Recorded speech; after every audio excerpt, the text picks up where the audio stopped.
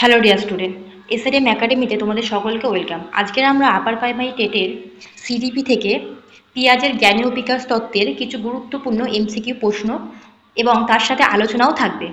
আমি এর আগের ক্লাসে তোমাদের সিডিপি থেকে এই পিঁয়াজের জ্ঞানীয় বিকাশের সম্পূর্ণ তত্ত্ব আলোচনা করেছি। পিঁয়াজের জ্ঞানীয় বিকাশ তত্ত্বর পাশাপাশি পিঁয়াজের মৌলিক ধারণাগুলি এবং স্কিমা বলতেও কী বোঝায়। যারা আগের ক্লাসে পিঁয়াজের জ্ঞানীয় বিকাশ তত্ত্বর আলোচনা ক্লাসটি দেখোনি তারা অবশ্যই পিঁয়াজের জ্ঞানীয় বিকাশের তত্ত্বের আগের ক্লাসটি করে নেবে। এই ভিডিওর ডেসক্রিপশনে তোমাদেরকে লিঙ্ক দিয়ে দেওয়া হবে। আজকে আমি তোমাদের পিঁয়াজের জ্ঞানীয় বিকাশ তত্ত্বের ওপরেই কিছু গুরুত্বপূর্ণ এমসিকিউ প্রশ্ন করাবো এবং তার পাশাপাশি আলোচনাও থাকবে। তাই আজকের ক্লাসটি তোমাদের জন্য খুবই গুরুত্বপূর্ণ হতে চলেছে। চলো শুরু করা যাক আজকের ক্লাসটি। দেখো প্রথম প্রশ্নে কি বলেছে, শিশুরা কিভাবে নিজের অভিজ্ঞতার মাধ্যমে পরিবেশের সঙ্গে মিথস্ক্রিয়া করে জ্ঞান তৈরি করে, এই ধারণাটি কোন তত্ত্বে পাওয়া যায়? অপশান এতে বলছে ভাইটস্কির সাংস্কৃতিক তত্ত্ব, বি পিঁয়াজের জ্ঞানীয় বিকাশ তত্ত্ব, সি বার্নারের আবিষ্কারমূলক শিখন তত্ত্ব, ডি কোহেলবাগের নৈতিক বিকাশের তত্ত্ব। তাহলে এখানে সঠিক অ্যান্সার কোনটা হয়ে যাবে? তোমরাও আমার সাথে সাথে অ্যান্সার করার চেষ্টা করো। যারা আগের ক্লাসগুলি দেখেছো তাদের আশা করি কোনো অসুবিধা হবে না এই প্রশ্নগুলির অ্যান্সার দিতে। তাহলে এখানে সঠিক অ্যান্সার হয়ে যাবে, এটি হলো পিঁয়াজের জ্ঞানীয় বিকাশের তত্ত্ব। পিঁয়াজের জ্ঞানীয় বিকাশের তত্ত্বে বলেছে শিশুরা নিজের অভিজ্ঞতার মাধ্যমে পরিবেশের সঙ্গে মিথস্ক্রিয়া করে জ্ঞানকে তৈরি করে। দেখো এর সাথে তোমাদের মনে রাখতে হবে, পিঁয়াজে বিশ্বাস করতেন শেখার বাইরে কিছু নেই, শিশু নিজের অভিজ্ঞতার মধ্যে দিয়ে জ্ঞানকে গঠন করে। নেক্সট প্রশ্ন দেখো, পিঁয়াজের মতে অ্যাসিমিলেশন এবং অ্যাকোমোডেশন প্রক্রিয়ার মাধ্যমে শিশুর শেখা ঘটে, নিচের কোনটি অ্যাকোমোডেশনের সঠিক সিদ্ধান্ত বা দৃষ্টান্ত? এখান থেকে তোমরা অ্যান্সার করার চেষ্টা করো। অপশান এতে বলছে শিশু প্রথমবার কুকুর দেখে সব চার পায়ের প্রাণীকেই কুকুর বলে ডাকে, বি শিশু নতুন তথ্য পেয়ে শিখে যে বিড়াল কুকুর নয়, সি বলছে শিশু একাধিক কুকুর চিনতে পারে, ডি শিশু প্রাণীদের নাম মুখস্থ করে ফেলে। তাহলে এখানে সঠিক অ্যান্সার কোনটা হয়ে যাবে?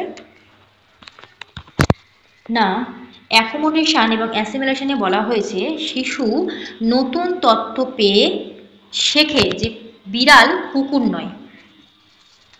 এবং এর সাথে তোমাদেরকে বলে রাখি, যখন শিশুরা পুরনো ধারণাকে বদলে নতুন ধারণা তৈরি করে বা তৈরি করাকেই বলা হয় অ্যাকোমোডেশন। আমি আগের ক্লাসে তোমাদেরকে অ্যাকোমোডেশন এবং অ্যাসিমিলেশন প্রত্যেকটি ধাপে ধাপে বুঝিয়েছি। যারা আগের ক্লাসগুলি করোনি তারা অবশ্যই আগের ক্লাসগুলি দেখে নেবে। নেক্সট প্রশ্ন দেখো, 3 থেকে প্রশ্নে বলছে পিঁয়াজের শিশুদের জ্ঞান ও বিকাশকে 4টি স্তরে ভাগ করেছে আমরা জানি, নিচের কোন বিবৃতিটি এই স্তরগুলির প্রকৃত উদ্দেশ্যকে সঠিকভাবে প্রকাশ করে? অপশান এতে বলছে প্রতিটি স্তরে একই মানসিক ক্ষমতা থাকে। শিশুদের কি প্রতিটি স্তরে একই মানসিক ক্ষমতা থাকে? না, এটি ভুল অপশান। নেক্সট বলছে প্রতিটি স্তর শিশুর চিন্তার এক নতুন রূপ নির্দেশ করে, এটি ঠিক আছে। অপশান সিতে বলা হয়েছে প্রতিটি স্তর শিশুর শারীরিক বিকাশের সঙ্গে সম্পর্কিত। পিঁয়াজের তত্ত্বের মধ্যে থেকে আমরা কখনোই শিশুর শারীরিক বিকাশ সম্পর্কে জানতে পারি না, আমরা শিশুদের মধ্যে মানসিক কাঠামোটাকে জানতে পারি। অপশান ডিতে বলা হয়েছে শিশুর মধ্যে কোনো পার্থক্যই নেই। তাহলে এখানে সঠিক অ্যান্সার কোনটি হবে? না, অপশান ডি এখানে সঠিক অ্যান্সার। পিঁয়াজের মতে প্রতিটি স্তর, পিঁয়াজের যে 4টি স্তরের কথা বলেছে সেই 4টি স্তর প্রতিটি স্তরে শিশুর চিন্তার এক নতুন নতুন রূপ নির্দেশ করে। সঠিক অ্যান্সার হলো অপশান বি। এর সাথে বলা হয়েছে পিঁয়াজের স্তরগুলি ধারাবাহিক ও অপরিবর্তনীয়। তাহলে পিঁয়াজের স্তরগুলি কি ধারাবাহিক এবং অপরিবর্তনীয়, প্রতিটি স্তরই আলাদা। এক স্তর শেষ হলে অপর স্তরের অগ্রসর হয় বা শুরু হয়। নেক্সট প্রশ্ন দেখো, অপশান 4 কি বলেছে দেখো, অবজেক্ট পারমানেন্স ধারণা বিকশিত না হওয়া পর্যন্ত শিশু মনে করে। অপশান এতে বলেছে বস্তু হারিয়ে গেলে সেটা এখনো আছে, বি বস্তু দৃষ্টিসীমার বাইরে গেলে সেটি নেই, সি বস্তু অন্য রূপে রূপান্তরিত হয়েছে, ডিতে বলছে বস্তু কল্পনা জগতে লুকিয়ে গেছে। তাহলে এখানে সঠিক অ্যান্সার কোনটা হয়ে যাবে? না, অবজেক্ট পার্মানেন্স এ বলা হচ্ছে বস্তু অন্য রূপে রূপান্তরিত হয়েছে একটি শিশুর মধ্যে এই ধারণাটি জন্মায়। তাই দেখো বলছে জন্ম থেকে 2 বছর পর্যন্ত শিশু এই ধারণা শেখে যে কোনো জিনিস চোখে না দেখলেও তা অস্তিত্বশীল থাকে। শিশুটি যদি চোখে জিনিসটাকে দেখতে না পারে তারপরেও কিন্তু শিশুটি মনে করে যে না সেই জিনিসটির অস্তিত্ব আছে, অস্তিত্ব হারিয়ে যায় না। নেক্সট প্রশ্ন দেখো, 5 থেকে প্রশ্নে বলেছে ইকোসেন্ট্রিজম বৈশিষ্ট্য কোন স্তরে দেখা যায় এবং এর প্রকৃতি কী? অপশান এতে বলছে সংবেদন চালিত স্তর, যেটি শিশুর ইন্দ্রিয় দ্বারা শেখা। অপশান বি প্যাক সংকেয় স্তর, শিশু নিজের দৃষ্টিকোণকে একমাত্র সত্য মনে করে। অপশান সিতে বলছে বাস্তব সংকেয় স্তর, শিশু অন্যদের দৃষ্টিভঙ্গি বুঝতে পারে। এবং অপশান ডি আনুষ্ঠানিক সংকেয় স্তর, শিশু অনুমান করতে পারে। তাহলে ইকোসেন্ট্রিজম বৈশিষ্ট্যে কোন স্তরে দেখা যায়, যেটি পিয়াজের জ্ঞানীয় বিকাশ স্তরে 4টি স্তরের মধ্যে কোন স্তরে দেখা যায়? না, এখানে সঠিক অ্যান্সার হয়ে যাবে অপশান বি প্যাক সক্রিয় স্তর, শিশু নিজের দৃষ্টিকোণকে একমাত্র সত্য মনে করে। তাই এখানে বলা হয়েছে দেখো যে এই স্তরে শিশুরা ভাবে যা সে দেখে বা ভাবে অন্যরাও তাই দেখে। নেক্সট প্রশ্ন দেখো, পিয়াজের কনজারভেশন ধারণাটি কি বোঝায়? অপশানে বলছে একটি বস্তু একাধিক জিনিসে রূপান্তরিত হতে পারে। অপশান বিতে বলছে আকার বা রূপ বদলালেও বস্তুটির পরিমাণ অপরিবর্তিত থাকে। অপশান সি বস্তু হারিয়ে গেলে নতুন বস্তু তৈরি হয়। অপশান ডিতে বলছে শেখা অভ্যাস পুনরাবৃত্ত হয়। তাহলে এখানে সঠিক অ্যান্সার কোনটা হয়ে যাবে? না, পিয়াজের কনজারভেশন ধারণাটি বোঝায় আকার বা রূপ বদলালেও বস্তুটির পরিমাণ কিন্তু অপরিবর্তিত থাকে। দেখো শিশু যখন বোঝে যে গ্লাসের আকার পাল্টালেও জল কিন্তু একই থাকে, তখনই কনজারভেশন বিকশিত হয় শিশুর মধ্যে। নেক্সট প্রশ্ন দেখো, পিয়াজের মতে শিশুর মানসিক বিকাশের প্রক্রিয়া নির্ভর করে। অপশানে বলছে বংশগতির ওপর। অপশান বিতে বলছে সামাজিক অভিজ্ঞতার ওপর। অপশান সি শিশুর নিজস্ব সক্রিয়তা ও অভিজ্ঞতার ওপর। আর অপশান ডিতে বলা হয়েছে শিক্ষকের নির্দেশের ওপর। তাহলে সাথে থেকে প্রশ্নের জন্য সঠিক অ্যান্সার কোনটা হয়ে যাবে?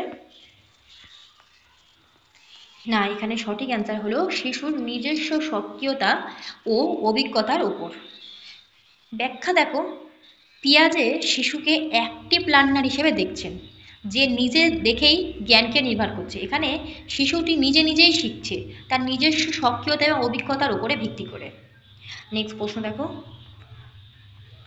রিভার্সিবিলিটি ধারণা বোঝায় একটি কাজ একবার করলে তা পরিবর্তন করা যায় না।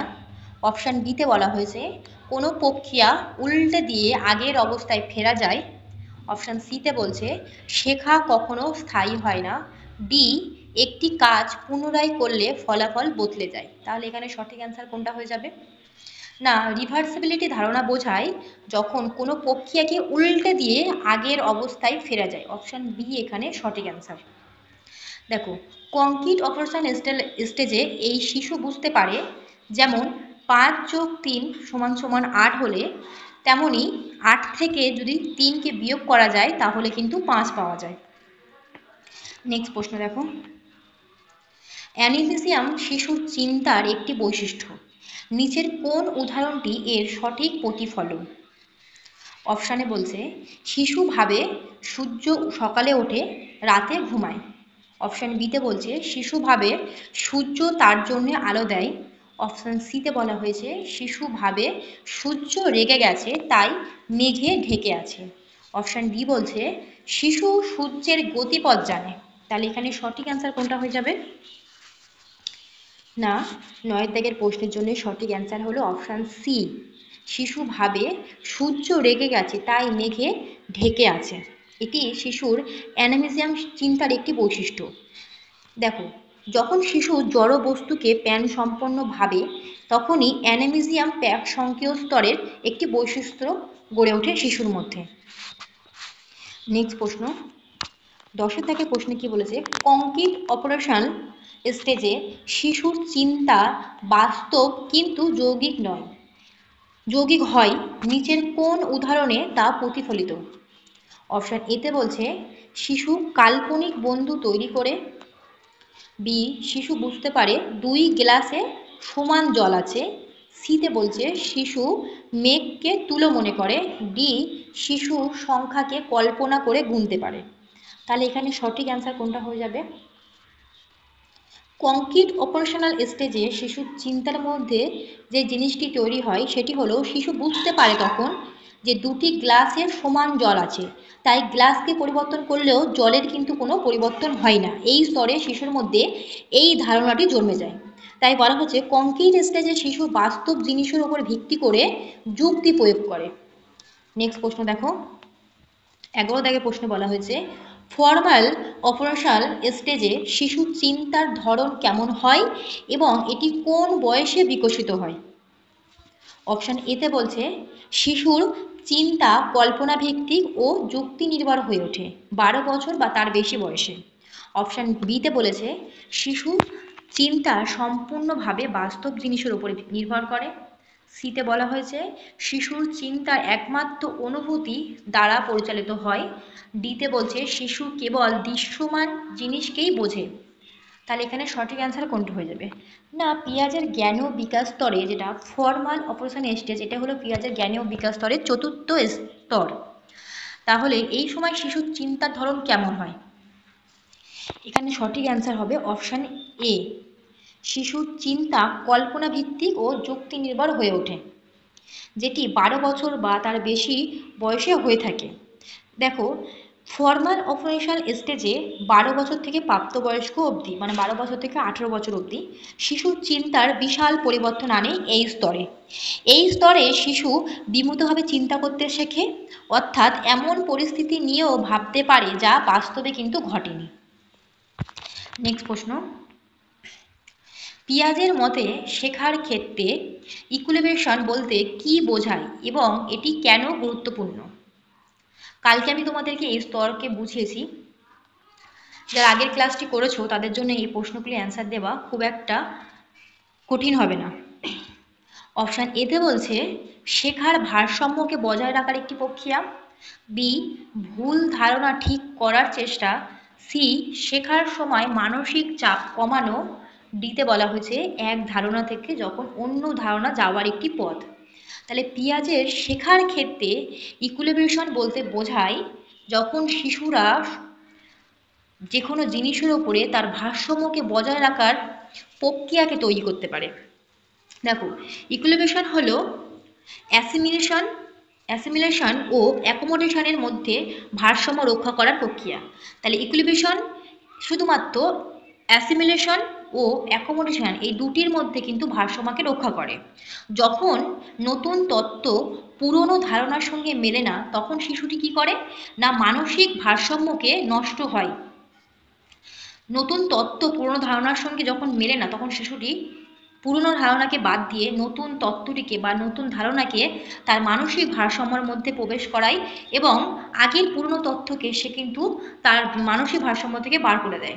তাই বলা হয়েছে শিশু চেষ্টা করে এই স্তরে নতুন ধারণা তৈরি করে আবার আগের ভারসাম্যকে ফিরিয়ে আনতে। নেক্সট প্রশ্ন দেখো, 13 দাগের প্রশ্নে বলা হয়েছে সেন্টারেশন ধারণা কি এবং এটি শিশুর চিন্তায় কিভাবে প্রভাব ফেলে? অপশান এ বলছে শিশুর একাধিক বিষয়ে মনোযোগ দেওয়া, বি একটিমাত্র দিক বা বৈশিষ্ট্যের ওপর মনোযোগ কেন্দ্রীভূত করা, সি বিভিন্ন দিক তুলনা করা, ডি সব বৈশিষ্ট্য সমানভাবে বিচার করা। তাহলে সেন্টারেশন ধারণাটা কি? এখানে সঠিক অ্যান্সার হয়ে যাবে অপশান বি, একটিমাত্র দিক বা বৈশিষ্ট্যের ওপর মনোযোগ কেন্দ্রীভূত করা। দেখো, সেন্টারেশন হলো পি অপারেশন স্টেজ, যেটি 2 থেকে 7 বছর। পি অপারেশন স্টেজ কখন না জ্ঞান ও বিকাশের দ্বিতীয় স্তর, যেটি শিশুর 2 থেকে 7 বছর এর একটি মানসিক সীমাবদ্ধতা বা এই স্তরে দেখা যায়। শিশু যখন কোনো সমস্যায় একটিমাত্র বৈশিষ্ট্য দেখে সিদ্ধান্ত পৌঁছায় সেটিই হলো সেন্টারেশন। তাহলে এই স্তরটি কখন না প্রি অপারেশনাল স্টেজ, যেটি 2 থেকে 7 বছর। এই সময় শিশু কি করছে, যখনই কোনো সমস্যায় পড়ছে তখন সে একটিমাত্র বৈশিষ্ট্যকে দেখেই সে সিদ্ধান্ত নিয়ে ফেলছে। নেক্সট প্রশ্ন দেখো, 14 দাগে প্রশ্নে বলা হয়েছে পিয়াজের মতে শিক্ষকের ভূমিকা কি হওয়া উচিত যাতে শেখা শিশুর বিকাশের সঙ্গে সামঞ্জস্যপূর্ণ হয়। অপশানে বলেছে শিশুকে মুখস্থ শেখানো, অপশান বি শিশুর মানসিক বিকাশের স্তর অনুযায়ী শিক্ষা দেওয়া, অপশান সি পরীক্ষায় ভালো নম্বর পাওয়াই মূল লক্ষ্য করা, ডি শাস্তি দিয়ে শেখানো। তাহলে 14 থেকে প্রশ্নের জন্য সঠিক অ্যান্সার কোনটি হবে না শিশু যখন মানসিক বিকাশের স্তর অনুযায়ী শিক্ষা দেওয়া। আমরা জানি পিয়াজের মতে শিক্ষকের ভূমিকা হওয়া উচিত এমনই যে শিশুর মানসিক বিকাশের স্তর অনুযায়ী তাকে শিক্ষা দেওয়া। দেখো পিয়াজে বলেছিলেন শিশু তখনই সফল যখন তা শিশুর বিকাশের স্তরের সঙ্গে সামঞ্জস্য বিধান করে লাভ করতে পারে। অর্থাৎ শিক্ষককে জানতে হবে কোন স্তরে শিশুর চিন্তা কতদূর পৌঁছাচ্ছে। শিশু কনক্রিট চিন্তায় থাকলে বাস্তব উদাহরণ দিতে হবে। নেক্সট প্রশ্ন দেখো, 15 দাগের প্রশ্নে বলছে সিম্বলিক ফাংশন কিভাবে শিশুর ভাষা ও চিন্তার বিকাশে ভূমিকা রাখে। অপশান এতে বলছে শিশুকে বিমূর্ত চিন্তা শেখায়, বি শিশুকে প্রতীক ও চিহ্ন ব্যবহার করতে শেখায়, সি শিশুকে ভাষা শেখায় না, আর ডি শিশুর বাস্তব চিন্তাকে দুর্বল করে। তাহলে এখানে সঠিক অ্যান্সার কোনটা হয়ে যাবে না সিম্বলিক ফাংশন শিশুর ভাষা ও চিন্তার বিকাশে যখন একটি শিশু প্রতীক ও চিহ্ন ব্যবহার করে কিছু শেখে এই স্তরে সেটি বলেছে। যেমন প্রি অপারেশনাল স্টেজে দেখা যায় 2 থেকে 7 বছর বয়সের শিশুদের মধ্যে শিশু এই সময় কি করে যখন প্রতীক ব্যবহার করতে শেখে, প্রতীক কোনো চিহ্ন ব্যবহার করতে শেখে, যেমন কাঠিকে তলোয়ার ভাবা বা খেলনাকে বেবি ভাবা, এই প্রতীকী ক্ষমতায় পরবর্তী সময় ভাষা ও কল্পনার বিকাশে সাহায্য করে থাকে। নেক্সট প্রশ্ন দেখো, হাইপোথেটিক্যাল ডিডাকটিভ থিঙ্কিংয়ে কোন স্তরে দেখা যায় এবং এর মানে কি। অপশান এতে বলছে কনক্রিট স্টেজ বাস্তব চিন্তা, ফর্মাল স্টেজ অনুমান ভিত্তিক যুক্তি ব্যবহার, এবং option C pre operational stage প্রতীকী খেলা, ডি সেন্সরি মোটর স্টেজ ইন্দ্রিয় নির্ভর শেখা। তাহলে হাইপোথেটিক্যাল ডিডাকটিভ থিঙ্কিং কোন স্তরে দেখা যায় শিশুদের মধ্যে না এখানে সঠিক অ্যান্সার হয়ে যাবে ফর্মাল স্টেজে, যেটি অনুমান ভিত্তিক যুক্তি ব্যবহার। এর সাথে তোমাদেরকে মনে রাখতে হবে যে ফর্মাল অপারেশন স্টেজে শিশু হাইপোথেসিস তৈরি করে। তাহলে হাইপোথেসিস শিশুর মধ্যে কোন স্তরে দেখা যায়, এটি হলো ফর্মাল অপারেশন স্টেজে শিশুর মধ্যে দেখা যায়। বলছে হাইপোথেসিস তৈরি করে তারপর যুক্তির মাধ্যমে সিদ্ধান্তে পৌঁছায় একটি শিশু। উদাহরণ হিসেবে দেখা যায় যদি আমরা জল গরম করি তাহলে সেটি বাষ্প হবে, কারণ গরমে জল বাষ্পে পরিণত হয়। এটি অ্যাবস্ট্রাক্ট ও লজিক্যাল চিন্তার প্রকাশ। তাহলে এখানে শিশু দেখা যাচ্ছে যে শিশুটি যুক্তির মাধ্যমে সিদ্ধান্তে পৌঁছাচ্ছে। নেক্সট প্রশ্ন দেখো, পিয়াজে শিশুদের গবেষণার জন্য কোন পদ্ধতি ব্যবহার করেছিলেন এবং কেন। অপশান এতে বলছে পর্যবেক্ষণ পদ্ধতি, বি ক্লিনিক্যাল সাক্ষাৎকার পদ্ধতি, সি জরিপ পদ্ধতি, ডি দলীয় আলোচনা পদ্ধতি। তাহলে পিয়াজের শিশুদের গবেষণার জন্য কোন পদ্ধতি ব্যবহার করেছিলেন, এখানে সঠিক অ্যান্সার হবে অপশান বি ক্লিনিক্যাল সাক্ষাৎকার পদ্ধতি। এর সাথে বলা হচ্ছে পিয়াজে শিশুর মানসিক প্রক্রিয়া বোঝার জন্যে ক্লিনিক্যাল ইন্টারভিউ মেথড ব্যবহার করেন। তাহলে পিয়াজের শিশুর মানসিক প্রক্রিয়াকে বোঝার জন্য ক্লিনিক্যাল ইন্টারভিউ মেথড প্রক্রিয়াকে ব্যবহার করেন।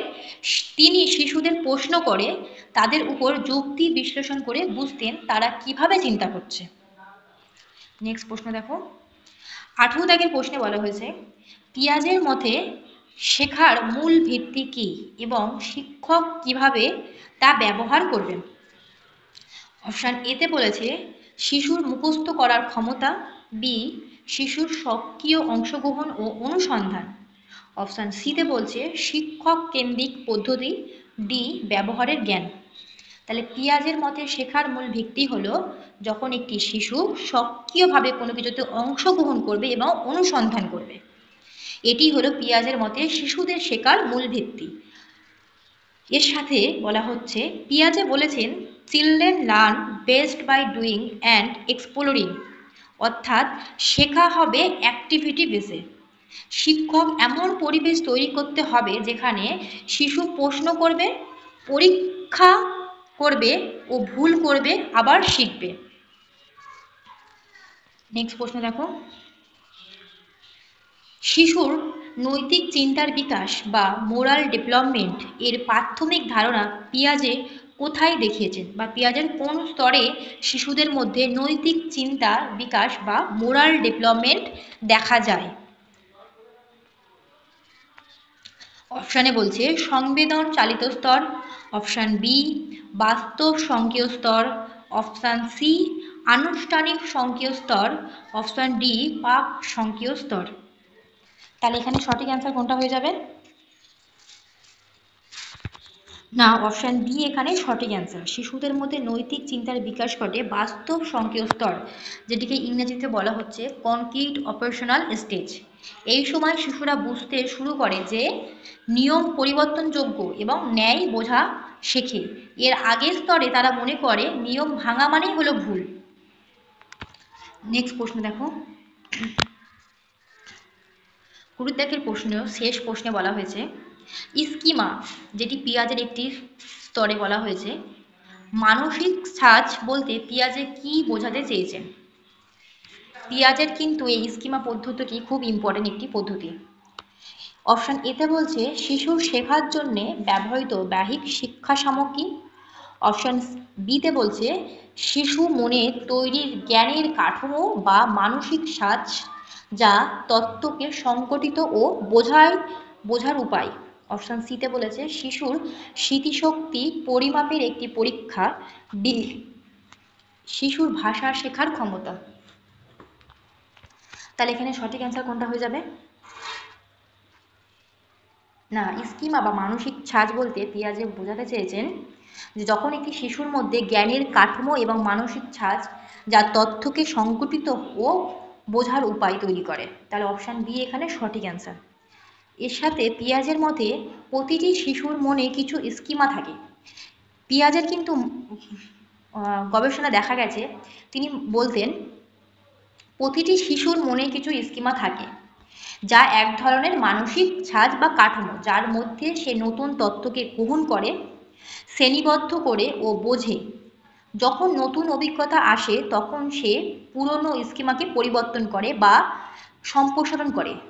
যখন সে পুরনো স্কিমাকে পরিবর্তন করে তখন সেটাকে বলা হয় অ্যাকোমোডেশন, বা সম্প্রসারণ যখন করছে, যখন শিশুটি যখন নতুন জ্ঞানকে সে নিজের মধ্যে প্রবেশ করাচ্ছে তখন সেটিকে বলা হচ্ছে অ্যাসিমুলেশন।